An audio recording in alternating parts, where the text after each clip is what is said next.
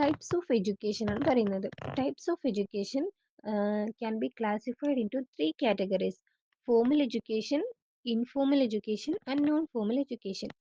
Formal education എന്ന് പറഞ്ഞാൽ it is generally conceived in terms of the traditional system in which the teacher and the student face each other in a classroom situation on a regular and continuous basis, follow a fixed and predetermined syllabus according to fixed timetables, secure promotion to the next class after passing the previous one, take a public examination at the end of the course, and receive a certificate, diploma, or degree.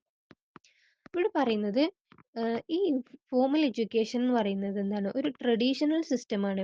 അതിൽ ടീച്ചറും സ്റ്റുഡൻറ്റും face to face നിന്നിട്ട് ഒരു class room സിറ്റുവേഷനിൽ, അതുപോലെ അത് class room സിറ്റുവേഷനിൽ കൂടി വിദ്യാഭ്യാസം നേടുന്ന രീതിയാണ്. On a regular and continuous basis, അതൊരു റെഗുലർ ആൻഡ് കണ്ടിന്യൂസ് ബേസിസിലായിരിക്കും.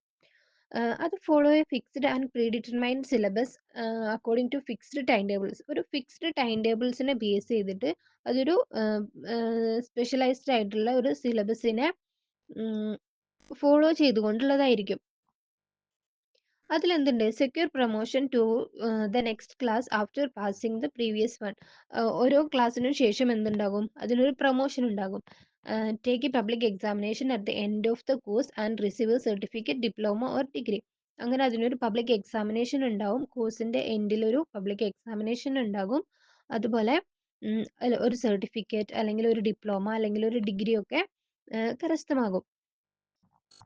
പിന്നെയെന്ന് പറയുന്നത് ഈ ഫോമൽ എഡ്യൂക്കേഷൻ എന്ന് പറയുന്നത് ഒരു സ്ട്രക്ചേർഡ് ആയിട്ടുള്ളതായിരിക്കും, അതൊരു സിസ്റ്റമാറ്റിക് ആയിരിക്കും, അതുപോലെ ഒരു സ്ട്രക്ചേർഡ് ആയിരിക്കും. അതിന് സ്പെഷ്യലൈസ്ഡ് ആയിട്ടുള്ള ലീഗലി ഉള്ള ഒരു ഇൻസ്റ്റിറ്റ്യൂഷൻ ഉണ്ടാകും.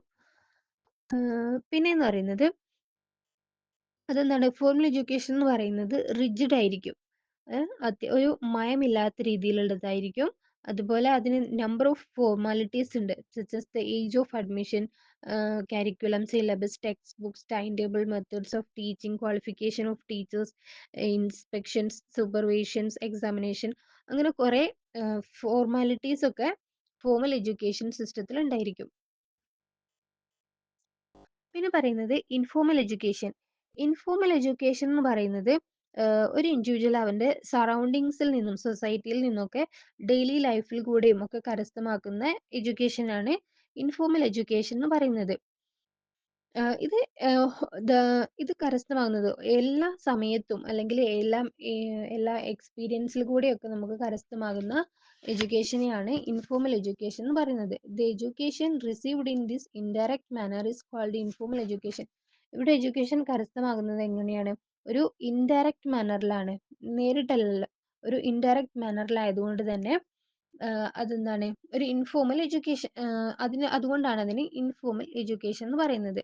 Some people have called it incidental or accidental education. ചിലർ ഇതിനെ ഒരു ഇൻസിഡന്റൽ അല്ലെങ്കിൽ ഒരു ആക്സിഡന്റൽ എഡ്യൂക്കേഷൻ എന്ന് പറയുന്നുണ്ട്. It has no anticipated goal, formal planning and rigid organization. ഇതിനൊരു ഫോർമൽ പ്ലാനിങ്ങോ പ്രത്യേകമായിട്ടുള്ള ഒരു ഗോളോ അല്ലെങ്കിൽ ഒരു റിജിഡ് ആയിട്ടുള്ള ഓർഗനൈസേഷനോ കാര്യങ്ങളോ ഒന്നും ഉണ്ടാവില്ല. അതുപോലെ ഇതെന്താണ്, അൺസിസ്റ്റമാറ്റിക് ആയിരിക്കും. ഫോർമൽ എഡ്യൂക്കേഷൻ സിസ്റ്റമാറ്റിക് ആണ്, ഇൻഫോർമൽ എഡ്യൂക്കേഷൻ അൺസിസ്റ്റമാറ്റിക് ആയിരിക്കും. അതുപോലെ it is a life long process, അതൊരു ലൈഫ് ലോങ് പ്രോസസ്സ് ആയിരിക്കും. This happens at all levels and phases of life. ജീവിതത്തിൻ്റെ എല്ലാ ഘട്ടങ്ങളിൽ കൂടിയും നമുക്ക് കരസ്ഥമാകുന്ന എഡ്യൂക്കേഷൻ ആയിരിക്കും അത്. എക്സാമ്പിൾ പറയുകയാണെങ്കിൽ നമ്മൾ വീട്ടിൽ നിന്ന്, പിയർ ഗ്രൂപ്പ്സിൻ്റെ ഇടയിൽ നിന്ന്, പ്ലേമേറ്റ്സിൻ്റെ ഇടയിൽ നിന്ന്, മാസ് മീഡിയ, ഇതിൽ കൂടെയൊക്കെ നമുക്ക് എന്താക്കാൻ പറ്റും, ഇൻഫോർമൽ എഡ്യൂക്കേഷൻ അറ്റൻഡ് ചെയ്യാൻ പറ്റും.